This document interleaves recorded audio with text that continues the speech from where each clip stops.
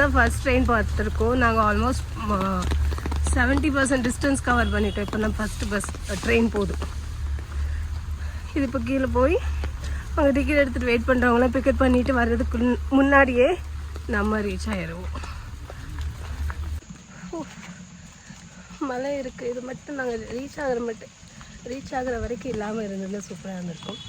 But okay fine. அப்போ reach ஆகிட்டாங்க, information pass பண்ணிட்டாங்க. பட் அந்த ரிக்ஷாவில் லக்கேஜ் எடுத்துகிட்டு போக முடியாது. ஸோ அந்த ஒரு காரணத்தினால் நடை அப்போ இன்னும் 12 minutes நடக்க வேண்டியது இருக்குது.